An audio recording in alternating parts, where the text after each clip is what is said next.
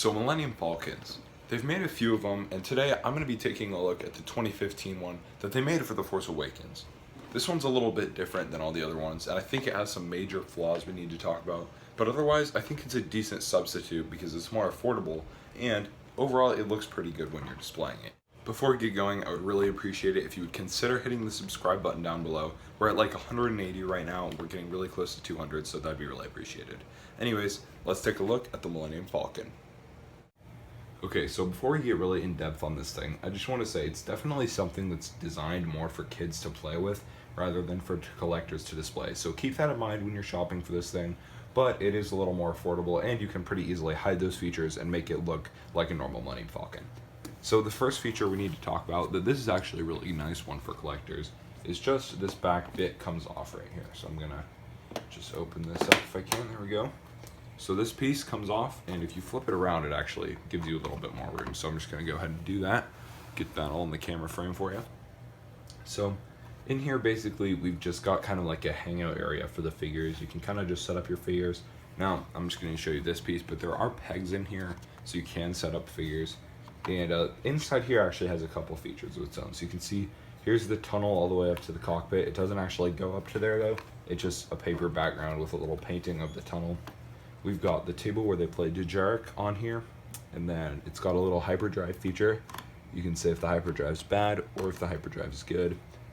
It's got a little case right here for the character's guns. So I've got Finn and Chewbacca's guns in here, the characters that came with this, which I'll be getting into in a minute. And it's got this med bay which holds Chewbacca as they did in the movie, just like that. Another feature we should be talking about with this bad boy is this little turret gun here. So this is just a swivel turret gun that you can mount pretty much anywhere in here. Some places make more sense than others, but this clip right here, oops, I dropped it.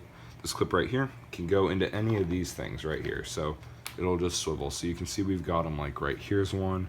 We've got them all over the sides of this. We got one right here. And when you get the ship, it'll actually be in this one right here. So not really an ideal spot for a turret if you're trying to shoot it, you know, all the TIE fighters behind you might hit the inside of your cockpit or some other issues, but for play I think it's definitely a cool feature.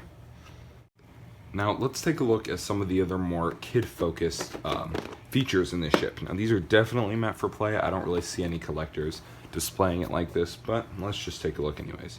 So we got this thing right here and this thing right here, and out of this thing there's a giant Nerf gun blaster cannon that comes out. Definitely not film accurate. And then this thing is like a little turret pod that pops out. So I'm gonna see which one this button does. That one. So there's the turret pod, it just came out. You can see it here, and basically this thing is just all batteries forward. These guns aren't in the movies. And it's got a little cockpit area here you can put a figure in. This is kind of where I normally store my Finn because I really never use him and I never open this up. So yeah, there he goes.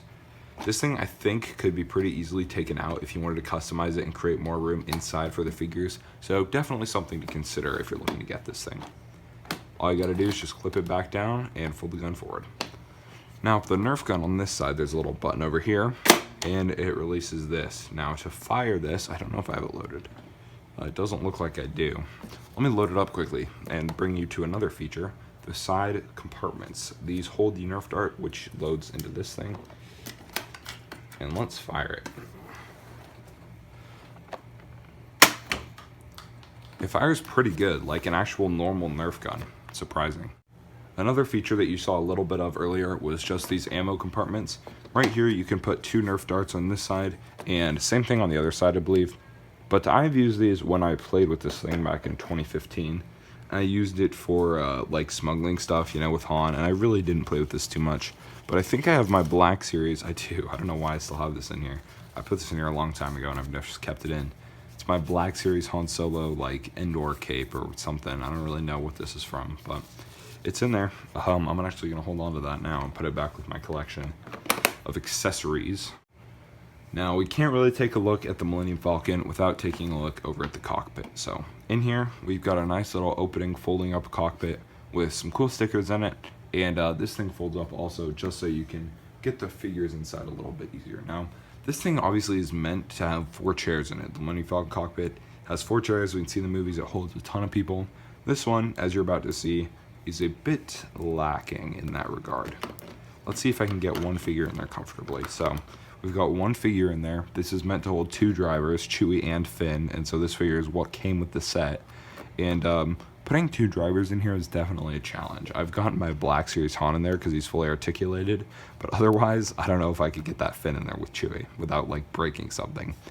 The stickerage on here is very weak sauce. They come off so easily. These ones seem fine, but all these ones down here, if I just take this up and show you, I haven't even removed these. These all just fell off somewhere and ended up down on the bottom in there. So all four of these, I don't know how they got there, but they fell off and ended up there. As for paint app sculpting and all that type of jazz, it's pretty good. All the paint apps and sculpting look really nice actually. Looks like the Millenium Falcon does. Except for some minor parts where you can like see the hinge right here or see kind of these hinges right here. It looks really good. I think this gun is a bit smaller than it should be, and the dish in here is a square. But I think you could pretty easily like saw it down into a circle or just exchange it for the circle one. On the bottom, paint apps are also really good, and something I didn't mention earlier, this little button right here on the bottom is like landing gear, so when you land this thing and push it down, it makes like a landing gear sound effect. I don't know how much that'll apply to all you collectors, but kids may think it's really cool. On the back, we've also got a really nice blue sticker that you don't have to apply yourself, but I think this thing looks really nice, although mine came with like a giant air bubble right here. I don't know what the deal with that was. Overall, that Millenium Falcon has a really nice design in paint apps. I think it's definitely something meant more for kids, so if you're in the market for a play toy that's more inexpensive than some of the other Millenium Falcons, this is definitely something I would consider. Plus, kids really won't be able to tell the differences between this and, you know, the New Hope Legacy Collection one.